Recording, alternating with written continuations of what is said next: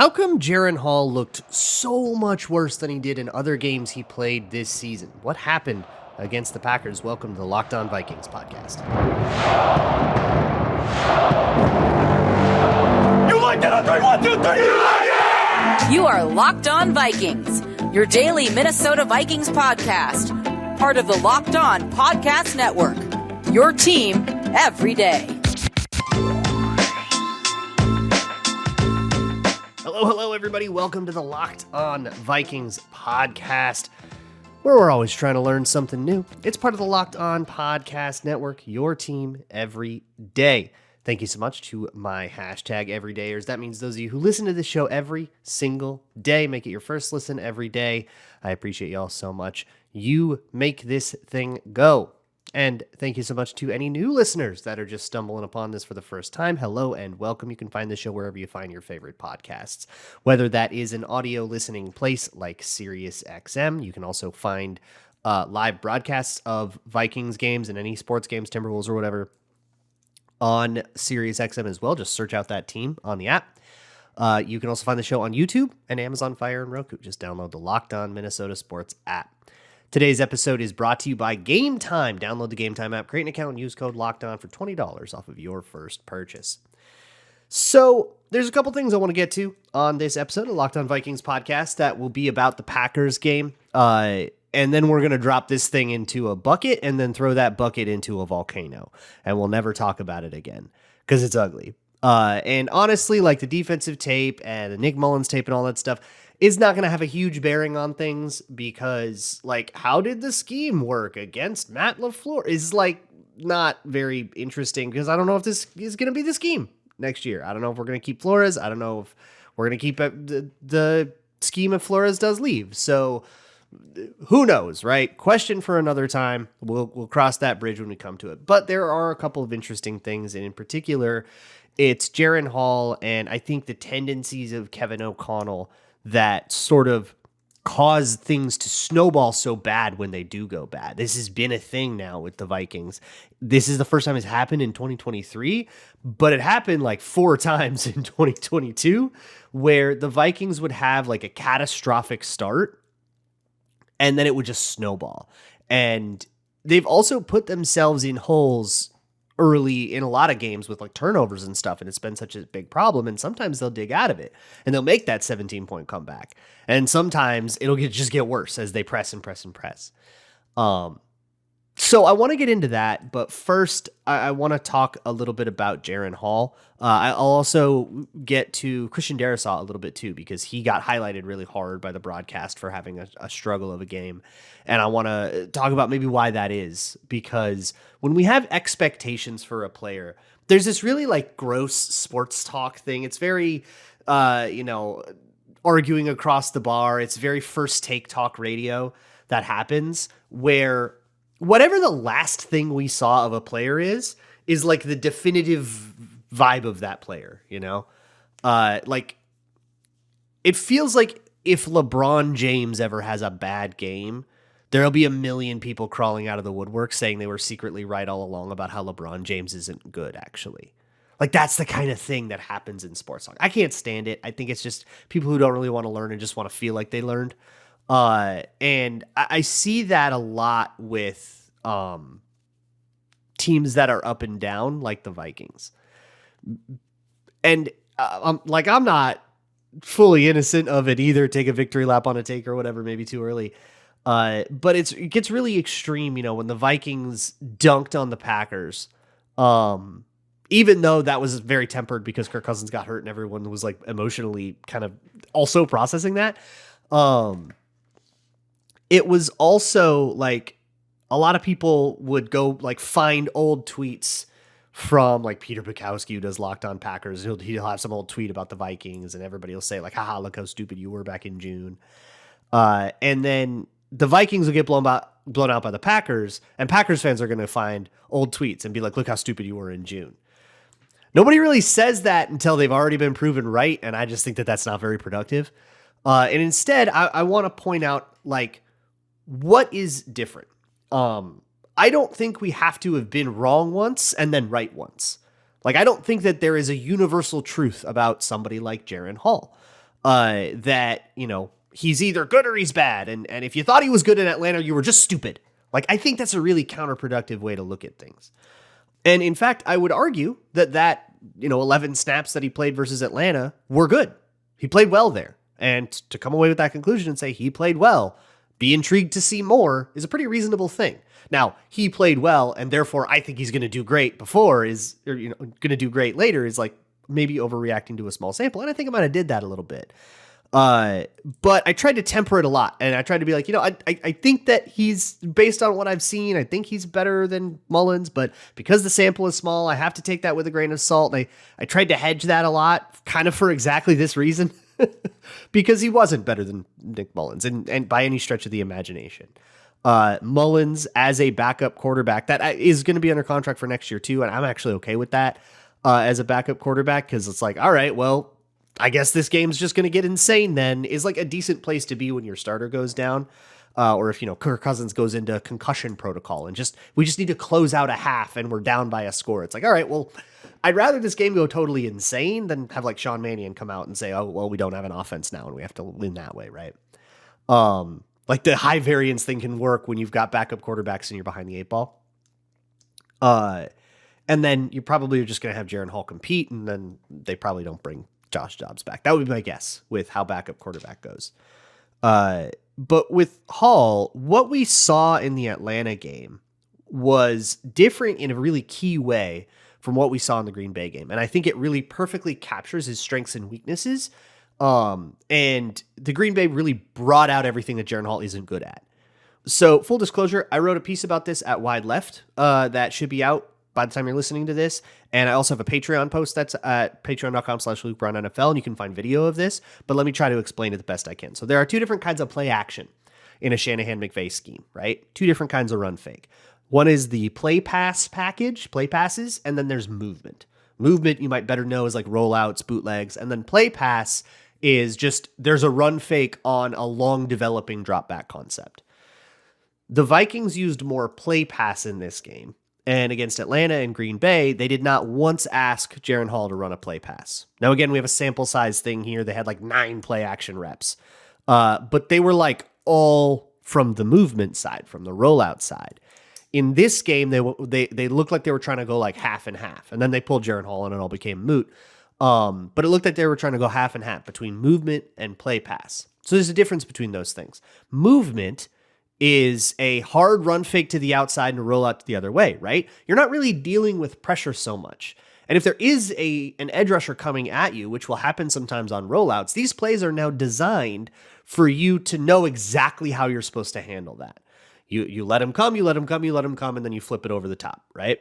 We saw Dobbs do that well. We saw, I don't think we've seen Mullins do a lot of play action at all. His thing has been more just like straight drops.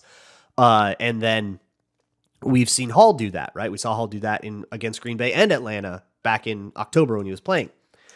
Play pass, on the other hand, straight drop back, but you still have your back to the defense for a long time. So to be good at play pass, and Kirk Cousins was great at this, you have to be able to turn around and instantly assess what's going on, right? You have to have a lot of pre-snap information that you're using. And this is a lot of the reason, like you would do a play pass and then Kirk Cousins would like take a sack or a strip sack, because he needs to spend all of his mental energy on reading the coverage, because he lost a lot of the time you usually would have to do that. On a straight drop back, quarterbacks will be surveying the defense and reading the coverage and looking at safeties while they do their drop back, so that they can be on their second or even third read by the time they hit the top of their drop, if they have to be. On play pass, you can't do that. You have your back turned, you're doing a play fake, but you're not moving the pocket either. So pressure can come at you normally. This is difficult for offensive linemen too. The drop depths are really, really deep, so you have more ground to defend, and you have to do it straight up, right? If a defensive lineman falls for the run fake, they're still in your face. Versus on movement, if they fall for the run fake, all you got to do is kind of usher them that way and say, yep, we're totally going to the left here, buddy. Let's go to the left. And then it's wrong, right? The play pass package is just a lot harder to deal with. However, it's a little easier, I think, on wide receivers. Those routes, the reason you do a play pass is because you're running a shot play. because you're running a whole bunch of routes that take forever to develop anyways. So the quarterback has time to turn his back, do a run fake, do all this stuff. And then by the time he turns around, now these things start breaking and you start progressing, right? So big, long things that allows you to get deep, that allows you to get really aggressive. And those play pass packages are like very often trying to be shot plays with maybe like a check down or an outlet that can be a catch and run. That is what Kevin O'Connell wanted more of. He wanted shot plays and deep passing. This is the Jaren Hall game plan was we are going to press and throw it deep a whole bunch. And what it turned into was a whole bunch of sacks and disasters because that's just not really asking the Vikings to do what they are best at. I'm going to keep explaining this and go into a little bit more detail about exactly what's different for Jaren Hall specifically and how it affects Darrisaw and how it reflects on O'Connell as well. So we got a lot more to discuss. Today's episode is brought to you by Gametime. Gametime is a great app that can get you last-minute tickets, flash deals, and all kinds of interesting stuff. If you say live in a market that's about to have a playoff game, maybe you're trying to get to a Timberwolves game because there's so much fun right now, or a Wild game, and you just want to like, hey, let's go to a Wolves game this weekend. But, tickets are going to be like completely marked up to heck. Gametime is like designed for last-minute tickets. You can even get tickets like up to an hour after tip-off of a basketball game. You can get concerts and comedy tickets, theater tickets, all kinds of interesting stuff. So check out the Gametime app and take the guesswork out of buying tickets with Gametime. You can see the view from your seat before you buy, so you know exactly what to expect when you arrive. And all their all-in prices show your total up front, so you know you're getting a great deal before you check out. Download the Gametime app, create an account, and use code LOCKEDON for $20 off of your first purchase. Terms apply. Again, create an account and redeem code LOCKEDON for $20 off. Download Gametime today. Last minute tickets, lowest price guaranteed. Thank you so much for making Locked On Vikings your first listen of the day today. For your second listen, check out the 24/7 Locked On Sports Today feed. So we have this Locked On Sports Minnesota feed. That's a 24/7 thing. If you go to the Locked On Minnesota Sports YouTube page, or if you're watching this on YouTube, it'll just take you there right after this. So just stay to the end and you don't even have to hit a button. There is a 24/7 live stream of all Locked On Minnesota sports shows. And if you go to Locked On Sports Today, you will find that sports wide, all of Locked On everything. Daily podcasts just like this one for any team, all kinds of roundtables, stuff like Renner Ranks, all kinds of stuff. Go check it out. Very, very cool. Let's continue on with what I was getting at here. So there's two different kinds of play action, right? Play, pass, and movement. And the Vikings decided differently than the way that they game planned for the Atlanta game, and differently than they decided when they had to put Jaren Hall in on the fly in Green Bay, which I think is also telling, right? When you say, okay, we got to put Jaren Hall in and we didn't plan for this at all, what do we give to him that we know is going to be okay? And that's movement. They did movement. So asking Jaren Hall to do play pass was very different. Now, it's not like he had never done play pass before. There's preseason, there's college tape and all that stuff. But you can tell that's something that they're a little less comfortable with, and they decided to pull it out here because they wanted to go deep, and they wanted to have big shot plays, and they wanted to take advantage of Justin Jefferson on all these backup corners, no Jair Alexander. Yeah, I kind of get what you're getting at there, but it backfires horribly because we end up taking a bunch of sacks and stuff, and it takes so long for that to happen. That is a 7-step drop with a play action fake, and none of these routes are breaking off before like 15 yards. Everybody is going deep. That means the O-line has to hold up. And again, unlike movement, they have to hold up kind of straight up. The defensive tackle fakes the run. They're still just trying to get into the backfield. And by the time they figure out what's going on, they haven't really lost any ground or moved themselves out of position in any way. So I don't think that play passes help the offensive line in the same way that movement helps the offensive line. That also, I think it hurts the offensive line because it takes so gosh darn long. There was a play that you might remember that was the sack where somebody got hurt on the Packers. I forget who got hurt. Was it Devontae Wyatt? Got hurt pretty bad, like a big concussion or something when like 3 guys collided on Jaren Hall, that play. Well, the reason there were so many dudes in the backfield is because that play had gone on for 4 seconds. Rule of thumb for this. 2 seconds is basically too fast for any defensive lineman to get there. If you get the ball out in 2 or 2.5 seconds, you're basically never going to get hit. This is how Drew Brees played for so long. 3 seconds, 3.5 seconds is now too long to expect O-line to win. So between that 2 to 3 second thing is where you kind of separate the men from the boys in offensive and defensive line. That's where Pro Football Focus will basically sort out any plays that are less than 2 seconds or greater than 3 seconds. When it comes to like grading offensive linemen, like they will very super downweight plays that take too long or go too quick because it just doesn't reflect on O-line. So when you have a 4-second play, any statistician, any like charting place will look at that and say, this can't be the offensive line's fault. It took too long. So when you have Garrett Bradbury one-on-one with Kenny Clark and you're asking him to block for 4 seconds, you deserve what you get, right? Like you're just going to get killed.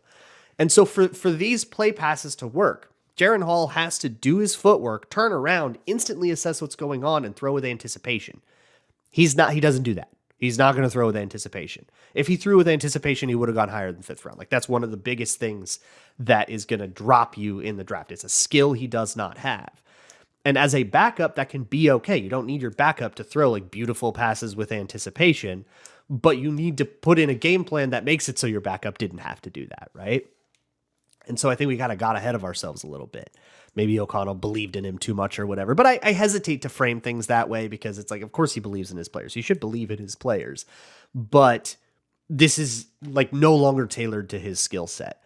Jaren Hall's skill set is get him on the run. He's kind of fast. So get him on the run. He can scramble like a little bit around and that's okay. But he can throw on the run very well. And on straight dropbacks, he throws a very good go ball. That's his deal. He threw one go ball and it wasn't like the play call. It was an alert, which it's like part of the play call. It's in the play call, but it wasn't, hey, Jaren Hall, you're good at go balls. Here's your thing. Like that was not here. We were having him throw, posts and basics over the middle and stuff like that, which he will test windows and throw stupid interceptions too. If the Vikings start him against Detroit and ask him to do more of this, we're going to see more turnovers. Bold prediction. The Vikings will turn the ball over. But it just didn't really fit what Jaren Hall is good at. And don't mistake me for making excuses for Jaren Hall here. There was that question that kind of bugged me from Twitter Tuesday, but like there were some plays for Jaren Hall that just sucked. Like there was one over the middle of Jordan Addison. He sailed by like 5 feet. That was just a crappy throw. Maybe it slipped out of his hands or something like that. That throw just sucked. The sack that I was talking about with the play pass thing, he had to throw that with anticipation and he didn't. Now, maybe we're asking too much of him, but he didn't answer that call. And that means that is his failure. And in terms of how do you solve that problem, ask him to throw with anticipation can't be the answer. Well, yeah, that's kind of a detraction on him. The strip sack that he took, which was Christian Darrisaw's sack. It'd be credited to him. I guess let's get into that now. So when you're dropping that deep, that was actually a 5-step drop back out of shotgun.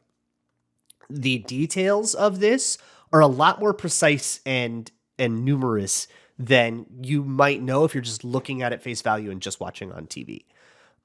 So with a 5-step drop back for Kirk Cousins, a 5-step drop back, he would drop to 8-ish, 9-ish yards, kind of somewhere in between there. But it was like 8.5 yards, always very, very, very exact. He was super, super precise about that. And that can make the offensive line's job easier. Now, there was stuff Kirk Cousins did that didn't make the offensive line's job easier, but that particular trait makes the O-line's job easier because they know exactly where the quarterback is at all times. You can always trust where that quarterback is. They don't get to look behind them and look. If you ever catch an O-line looking behind themselves to see where the quarterback is, that dude's getting fired. But when you can trust it, that means that you can rely on it and you can kind of tailor your strategy. So Darrisaw, what makes him so good is that he knows exactly what he can get away with because of that. And he makes decisions that he otherwise wouldn't be making, or that otherwise wouldn't be smart, that he knows he can get away with because of the drop back depth. If you have a shallower drop back depth, which I think Kirk does, for 5-step drops out of shotgun, then you can more aggressively set up for that because that's going to quicken things up, right? So you just have less time that you have to hold up for. So you can aggressively like jump set. somebody, where you actually jump into their space, especially if you're a tackle and they're way out, lined up super far outside. Your first two steps are like fully lateral. You're getting no depth and you're getting right into their space. And all the space that they wanted to set up crazy moves and spins and all that stuff is now taken away. We're in a phone booth, and I don't want to be in a phone booth with Christian Darrisaw, I'll tell you that much. But because you're moving so hard to the lateral side, you're not getting any depth, and it's easy to counter that. So it's kind of risky, right? But the counters to that and the punish for not getting any depth is kind of okay, because you don't need to get as much depth because the quarterback isn't as deep. But when Jaren Hall does it, he drops to 10 yards, and sometimes it's 9 yards, and sometimes it's 8 yards. It's a lot harder to have a game plan and a strategy like that. So you have to play with a little bit less of a plan, and that's not where Christian Darrisaw excels. Is that an excuse for Darrisaw? Not necessarily. He still takes an L there, right? Like, you got to win your rep.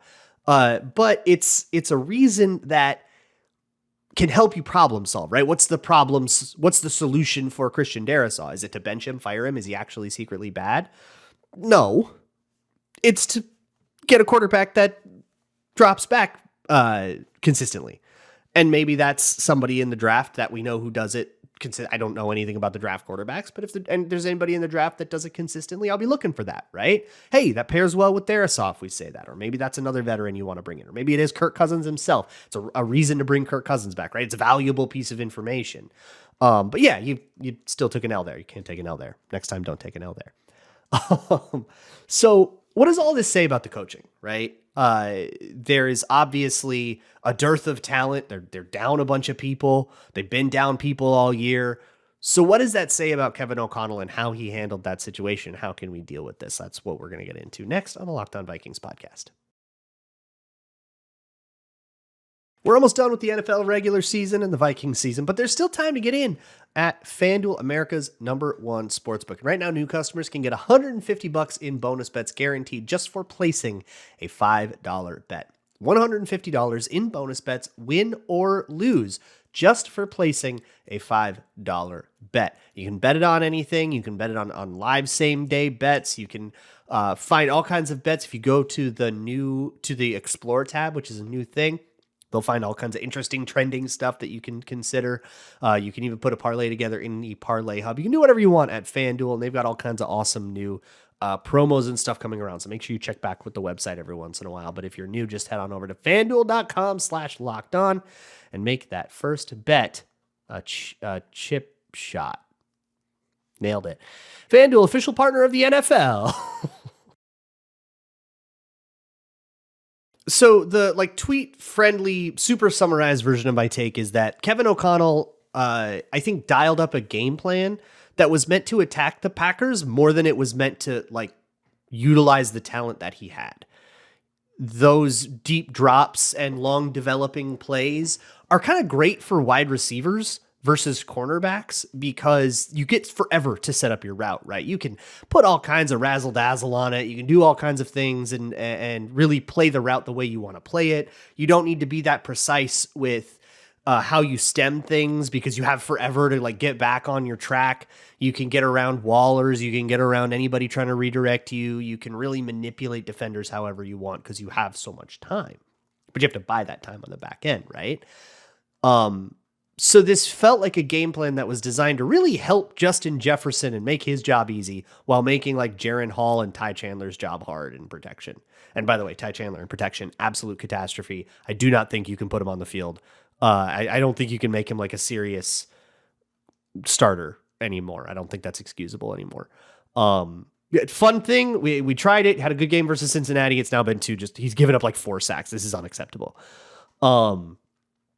I think that running back room needs some real help. That's going to be a big offseason thing for me, is find a running back. You don't need to spend a lot of resources on it, right? Because running backs are cheap, but you got to get one. It's very important. So you got to do something. I'm getting distracted. The take is Kevin O'Connell didn't really tailor this to his talent. He saw Justin Jefferson on Corey Ballantyne and said, let's do everything we can to try to hit that for as many yards as possible. And there is something that has happened in all of these games that goes back to 2022 as well, and all the blowout losses that they suffered there. the Eagles disaster game, the Cowboys disaster game, the last Packers disaster game, where they would get beat like 40-3, right? Like it was just horrible.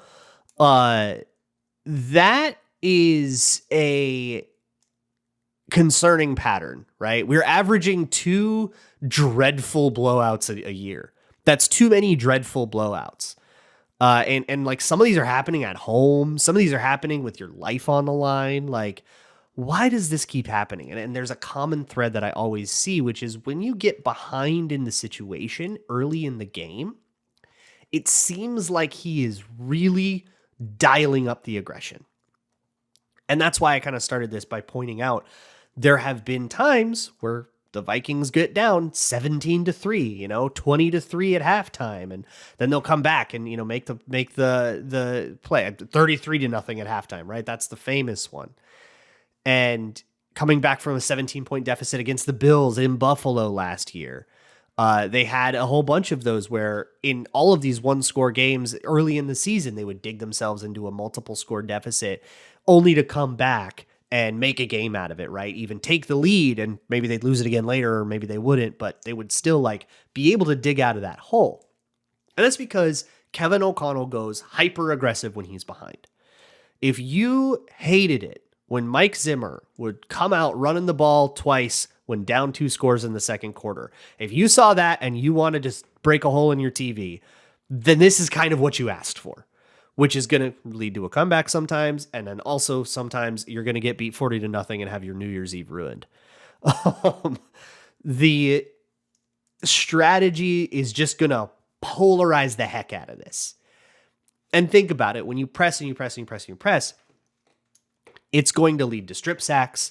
It's going to, lead defenses that are aware of what you're doing and understand this tendency are going to start dropping back more, and they're going to start poaching more, and they're going to start getting the interceptions on you. It's going to lead to turnovers.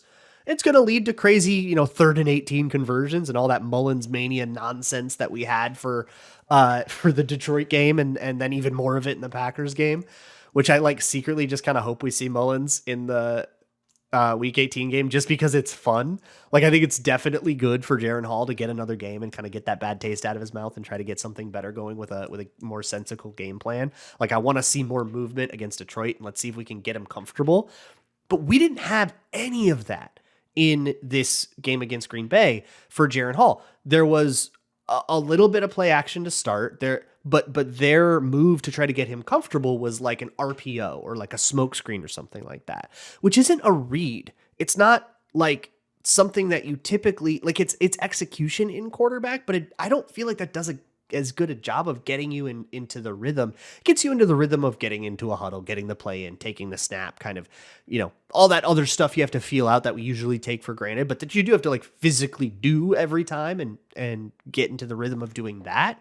But if you're not making him read, if you're not making him move at all, I don't know if that does as good a job for Jaren Hall in particular as movement might, or even just quick game, right? 3-step drop and run slant flat, run stick, a little bit less of this stuff, The Vikings were very willing to do that for Josh Dobbs, who all he knew were those sort of boring staples that are in everybody's playbook, because he's been in so many playbooks. That's the universal stuff he's run everywhere, right? He knew stick. He knew, lion, dragon, which is, dragon is just slant flat. That is something clearly that O'Connell is willing to do if he can properly assess what that quarterback needs. And I don't think he did that in Green. I think that's a mistake is if I were to guess what Kevin O'Connell looked in the mirror and said to himself, it would be, all right, yeah, I got to figure out a better way to get Jaren Hall into rhythm and get him comfortable, because he wasn't comfortable for that whole game. And further, those are just easy 5-yard gains.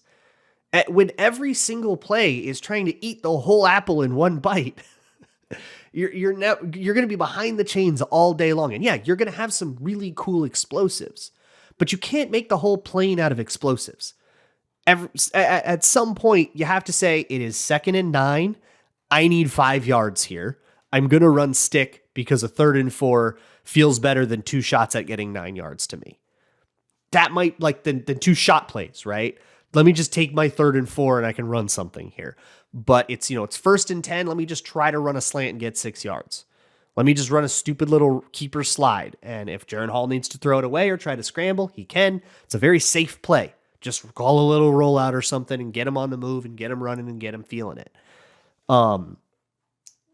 Every single play was like hard mode. Every single play was the play they were trying to do to spark the comeback and get going again.